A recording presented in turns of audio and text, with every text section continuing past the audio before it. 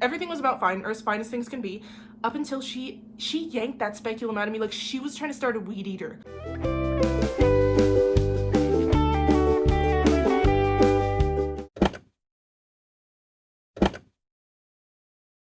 Oh my god, you can see the ring light reflection in my nose. That's how greasy I am. Okay, I'm gonna be honest with you. The reason I look so red and puffy is because I was crying, okay? Let's just... Not because of the pap smear. Hey guys, it's Nicole and welcome to my channel, or welcome back to my channel. If you are new here, I post a variety of content, from college content to story times to Taylor Swift related videos. And in fact, for the entire month of November, I'm going to be doing what I call Swift's Giving, which is going to be a new Taylor Swift video every Sunday of November, including the full folklore album analysis that all of you guys have been requesting. And if any of this sounds interesting to you, make sure to subscribe and click the little bell icon so that you get notified every time I make a new video. I post every week on Sunday. Okay, so I'm a little bit nervous to make this video, I'm gonna be honest with you. It's not a thing people just like talk about, but honestly, most of my friends who are my age or older have never had their first pap smear, which is concerning. And my demographic is mostly female and mostly 18 to 25, and you know what that means. Go get your pap smears and your absentee ballots! So I am in college right now, but a real job is coming for me. So if I'm going to get kind of TMI and a little personal on the internet, it's going to be now. Even though I don't think this should be like a taboo topic or something that's like weird to talk about. I don't care if this makes me look weird or like, oh, too personal, too TMI, because honestly, these things need to be destigmatized so that girls are comfortable asking questions about these sorts of things and seeking out information and answers. And so they're not scared to actually have it done, because the fact that most of my friends have not had one is just not right. And I'm going to keep it real throughout this video. I'm going to include details. I'm going to tell you like it is, because that's what I would have liked to know. I don't think there are that many videos out there on this subject, at least not ones that really helped me. So yeah, without further ado, let's just get into this. And I also vlogged a little bit the day of the pap smear. I didn't vlog the actual pap smear. Some people have actually done that on the internet. That's not my thing, but bear with me. I'm pretty sure the videos are taken at portrait because I couldn't get the car till it just was a lot. It was a lot, but it was my original reaction, and I vlog immediately after it happens, like when I'm back in the car. Sorry, I have to film this vertically because everything sucks. And I also have my retainers in. So today I'm going to be getting my very first pap smear. And I'm gonna be 100% honest with you. I would rather cut my vagina off. Like, just Fruit Ninja that shit, you know? And then my mom last night had the audacity to recommend that I also get my blood drawn while I'm there. Like, oh, Nicole, you're gonna be right there. Like, you might as well go get your blood drawn. Like, it's gonna be so easy. When else are you gonna have time? And I was like, Mom, I literally want to be able to fall asleep tonight. Like, I'm already going to be thinking about the Q-tip, shove it out my vagina, and I don't want to be thinking about the needle that's going to be shoved in my arm. Like, to be quite frank. Sorry, my car sounds like a literal airplane. It's kind of funny to me that I'm going to just be in there, like, masked up with my vagina just out. Like, that's just a strange concept to me. Yeah, just in there, feet in stirrups, riding the invisible pony, if you will. And my mom was saying to me, like, oh, well, I have to get the colonoscopy soon, and that is so much worse. I would much rather get the pap smear because it's nuts is involved. I'm like, you're gonna sit here and you're gonna tell me that a pap smear is not involved?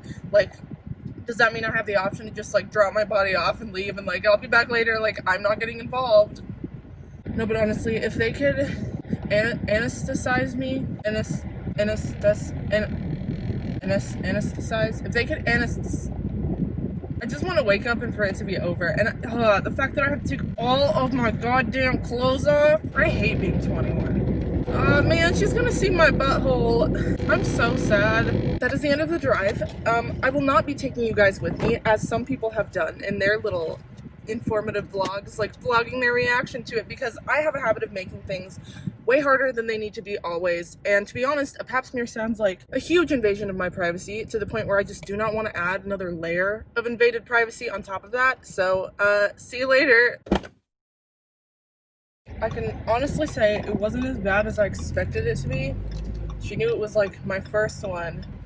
God, I just don't like the environment of my gyno because I walked into the exam room and there was 7 pictures of babies in there with like religious written underneath them. And I just wish it was something like posters about like birth control or like cervical cancer or STDs or like, you know, something that had to do with gynecology. And also, whose children even are these? Who decided that they were gonna like put their child's photographs in a gynecology office and like have women look at their children while they're getting a pap smear? Like, I just don't understand that part. She took the speculum and like put it in me, and the pressure was bad, but I can't say it was like painful. And I was still like groaning the whole time. Then she yanked the goddamn speculum out of me, and that hurt, okay? I'm not gonna lie.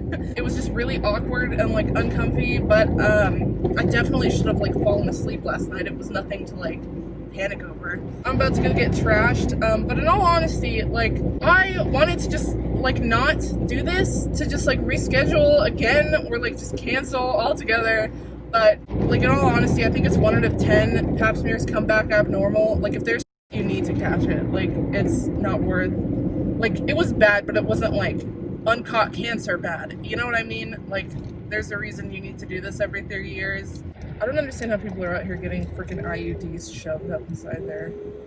I don't know, that's all I can really say. It was weird. I was lubed up. I still wish I could have been anesthetized, put under, laughing gas, any of that. Would have taken it, 100%. So when I walked into the exam room for my appointment, first it was just the normal standard appointment. She was asking me questions like if I needed to renew my birth control, if I had any concerns, and I told her no. And then she asked me if I noticed anything strange about my breasts, if there was any like lumps or bumps, and I said no. And because I said no, she let me keep my shirt on, which I thanked her profusely for letting me do. So she hands me this fabric gown. It wasn't paper. I've heard of some of them being paper, and it was just this little fabric gown with like this slit all the way down, and it had like 3 strings to like tie around yourself. 3! And so I finally figure out how to get this goddamn fabric freaky gown on with my shirt on under it still, so it's like weird. It's like a bottomless situation, but with this strange fabric gown pulled on over my t-shirt. It was like a Winnie the Pooh type of situation, just no bottoms, none. And so I sit back down on the exam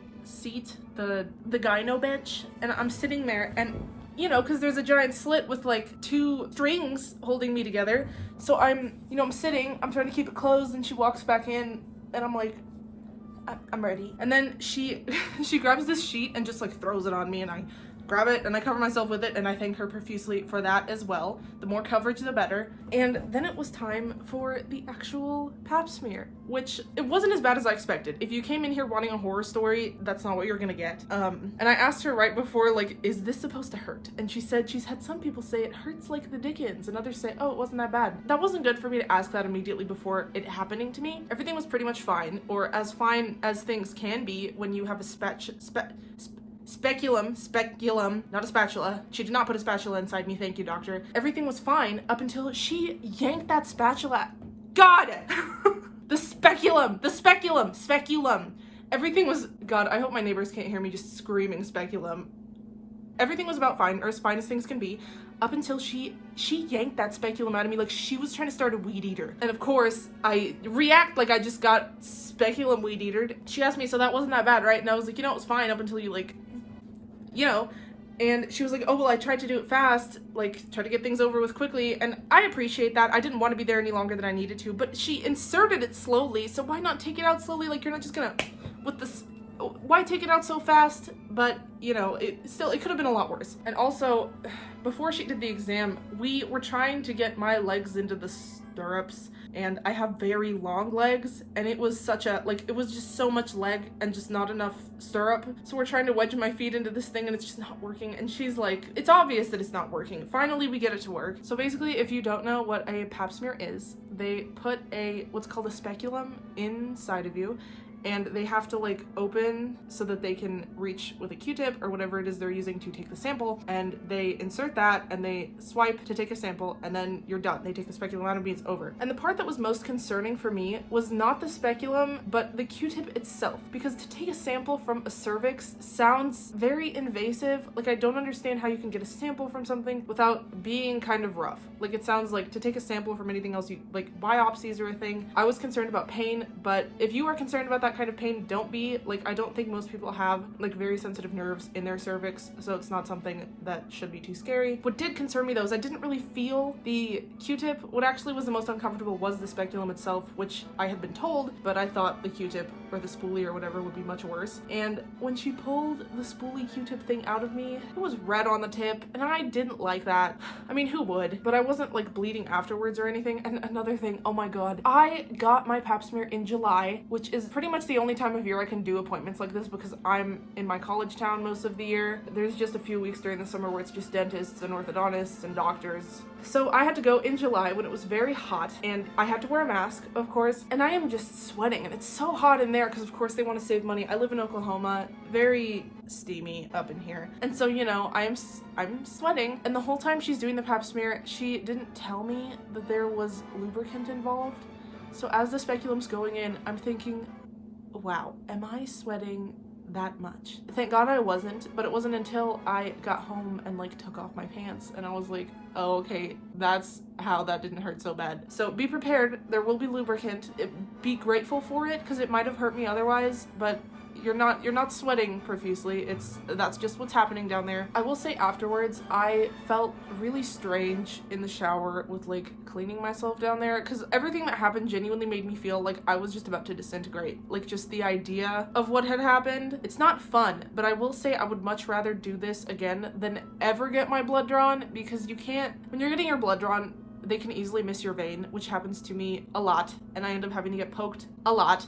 But with a pap smear, you really can't miss. Accidentally pap smear's butthole. I'm so sorry. But I mean, realistically, like, it's one and done. Like, you know they're not gonna mess up. You only have to do it once. It is an uncomfortable situation because you are Winnie the Pooh bottomless on this exam table trying to get your feet into the stirrups. It's not fun, but I will say it really wasn't that bad. But yeah, don't freak yourself out too much. I was looking at diagrams of how it's done and like really psyching myself out, and I think I like barely slept the night before because I was just working myself up, and it's so pointless. It does nothing. So don't freak yourself out. Just be aware it really doesn't hurt. It is a weird concept to grasp that they're literally able to get a sample from a part of your body just by swiping around. Seems fake, but okay. It is so important to be getting them. I think you're supposed to get them every 3 years or something. You need to start when you're 21, but I cannot stress enough the importance of checking for cancer. As I said, I was inspired to make this video because none of my friends will freaking get it done. And I think the statistic is every 1 out of 10 pap smears will come back abnormal, which isn't anything to be scared about. You're likely not going to have cancer. It's just making sure that everything is okay before things ever got bad, if they were to. Catching things before they happen, and there might be just something like a little strange you need to keep an eye on, like not anything that you need to be scared about. And mine did come back normal, so I won't have to get anything like that done to me for another 3 years, hopefully. So yeah, you know, on your 21st birthday, just make sure you are voting. You're voting, first of all.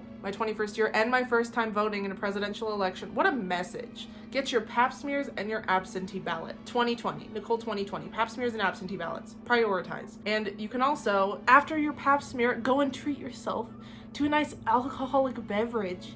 This is my adult push pop, ice pop.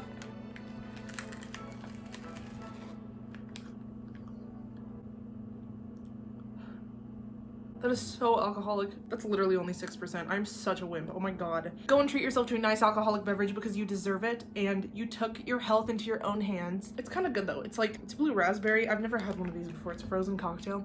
Yeah, treat yourself to some alcohol. You know I did after my first pap smear. And also, I hope my experience makes you less scared. And if you guys have any questions or like just anything you want to talk about concerning this, feel free to comment them down below, or if you want to DM me on Instagram, or you can share your own experiences. What was your first pap smear like? Did it hurt? Was it not as bad as you expected it to be? Let me know down in the comments. Let's talk about this. Let's destigmatize it and let's normalize checking ourselves for cancer because it's ridiculous that we don't. So yeah, I hope you guys enjoyed this video and found some helpful information from it, or anything just to make you feel more secure. And just remember to get your pap smears, drink your cocktails, and vote. That's all I have for you guys today. I hope you have an amazing day. Bye guys. I know that we